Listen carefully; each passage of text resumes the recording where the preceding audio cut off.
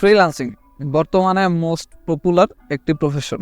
চারিদিকে শুধু সফল ফ্রিল্যান্সারের আনাগোনা, যাদের মধ্যে ম্যাক্সিমাম হাজার হাজার ডলার ইনকাম করে, যেটা আমরা সোশ্যাল মিডিয়ায় প্রতিনিয়ত দেখতেছি। যদি ফ্রিল্যান্সাররা এত ডলার ইনকাম করেই থাকে, তাহলে বাংলাদেশে কেন ডলার সংকট? এবং রিপোর্ট কেন বলবে যে ফ্রিল্যান্সিংয়ে যারা আসে তার মধ্যে 95% ব্যর্থ, মাত্র 5% সফল?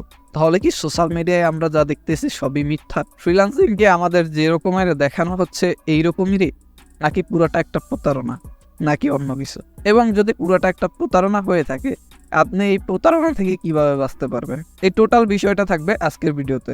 So let's jump on the main video. প্রথমেই আসি, সোশ্যাল মিডিয়ায় আমরা যেসব ভিডিওগুলো দেখি, ফ্রিল্যান্সিং করে হাজার হাজার ডলার ইনকাম করতেছে প্রত্যেকে, মিথ্যা বলতেছে না, তবে এটার মধ্যে কিছু মার্কেটিং এলিমেন্টস আছে।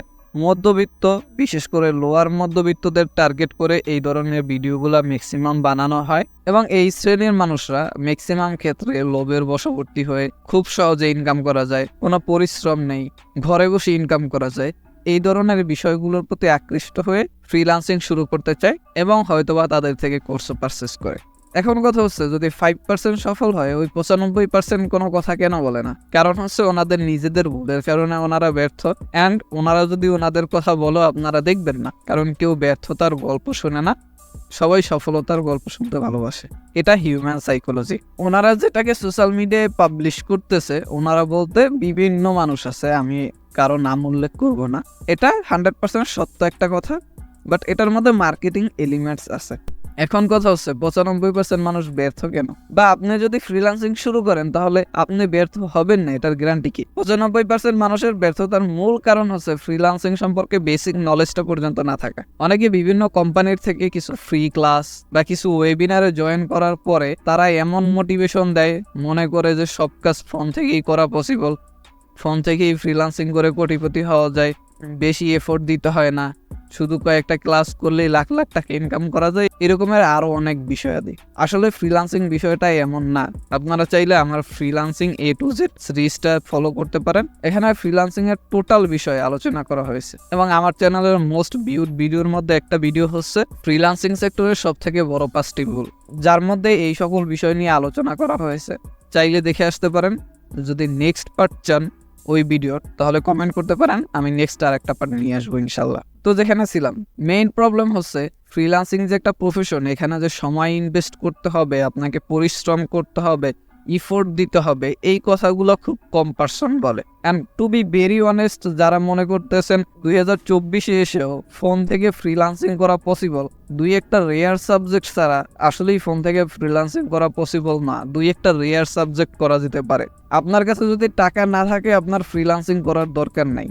কথাটা অন্যরকম শোনালেও এটাই বাস্তব। আপনি ইউটিউবে, গুগলে ঘাটাঘাটি করে অনেক অ্যাডভান্স লেভেল শিখতে পারবেন, বাট কোনো না কোনো একটা পর্যায়ে গিয়ে দেখবেন কেউ না কেউ কোর্সই বিক্রি করতেছে। তো আপনাকে একটা প্রপার কোর্স, প্রপার গাইডলাইনের মধ্যে চলে আসতে হবে, অ্যান্ড মাস্ট বি একটা ল্যাপটপ বা কম্পিউটার এফোর্ড করতে হবে, সেটা হোক সেকেন্ড হ্যান্ড।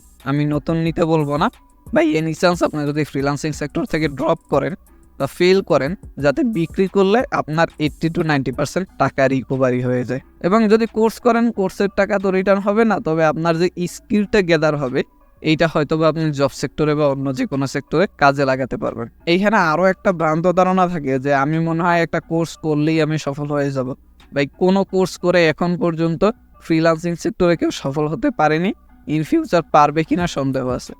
কোর্সের পাশাপাশি আপনার পার্সোনাল রিসার্চ, ইফোর্ট এবং প্রচুর পরিমাণে সময় দিতে হবে, তাহলেই আপনি একজন সফল ফ্রিল্যান্সার হতে পারবেন।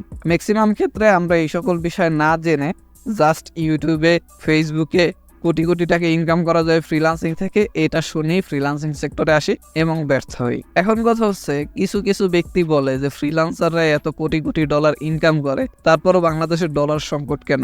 একটা দেশের জিডিপি শুধু ফ্রিল্যান্সিং সেক্টরের উপরে ডিপেন্ডেন্ট না।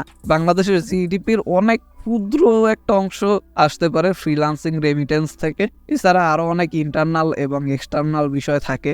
বাংলাদেশের ফ্রিল্যান্সারদের বর্তমান যে অবস্থান, তারা চাইলেও একটা দেশকে টোটালি চেঞ্জ করে দিতে পারবে না। নিয়ার ফিউচার হয়তোবা পারতেও পারে, এটা বলা যায় না। তবে ফ্রিল্যান্সাররা যে ইনকামটা করে, ওইটা থেকে যে বাংলাদেশের ডলার সংকট দূর হবে, এটা কল্পনা করা বর্তমানে কাল্পনিক। আশা করি বুঝতে পারছেন। আসসালামু আলাইকুম।